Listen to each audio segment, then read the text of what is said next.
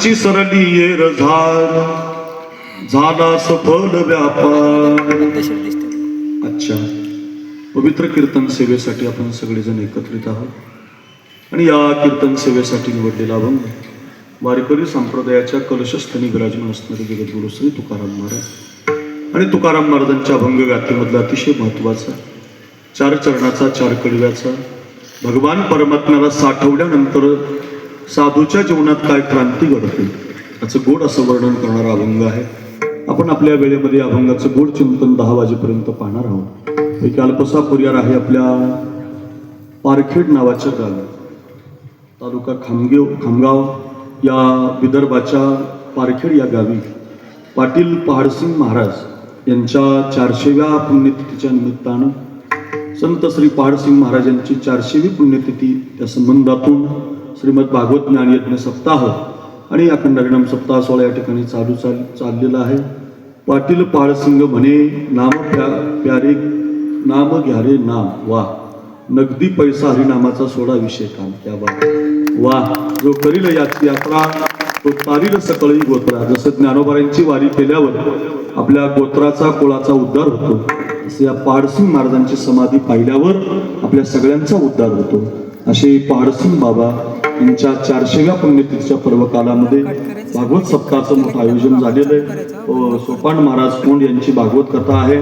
त्या संबंधातून आज 4थ्या दिवसाची कीर्तन सेवा आपल्या ग्रामस्थांच्या वतीनं आमचे भक्तपरायण रामभाऊ महाराज असतील, ज्यांनी संपर्क केला अशी सगळी मंडळी असतील, गावातील कार्यकर्ते मंडळी सप्ताहाला योगदान देणारी हा भागवत सप्ताह मोठा करत असताना आपल्या जीवनातला तन मन धन देऊन हा कार्यक्रम संपन्न करणारी आपण सगळी गावकरी मंडळी, या सगळ्या गावकऱ्यांच्या सगळ्या समाजाच्या माध्यमातून परंपरेचा हा 400 वर्षाच्या पुण्यतिथीचा सप्ताह आपल्या ठिकाणी चालू झालेला आहे. आणि थोडंसं रात्री पावसाचं संकट आलं, पण आज मात्र काही पाऊस नाही.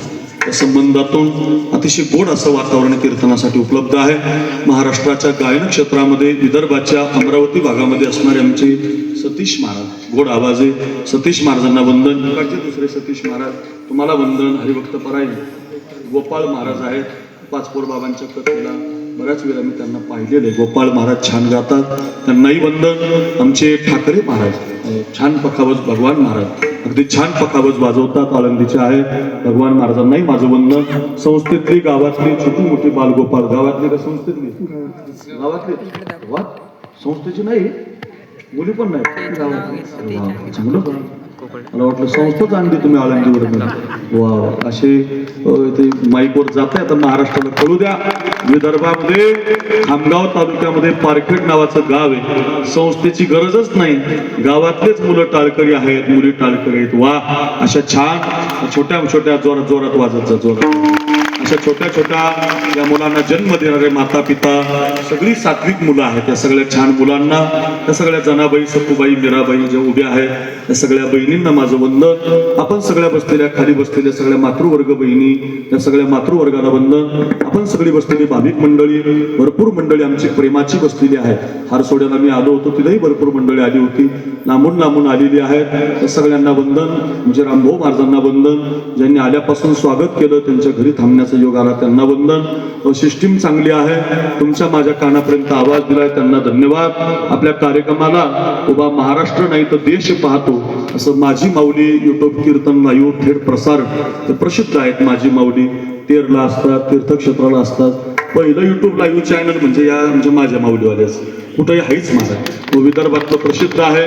मुक्ताबाईंचा पालखी सोहळा असेल, जवळ आहे मुक्ताबाईंचं स्थान आपल्याला.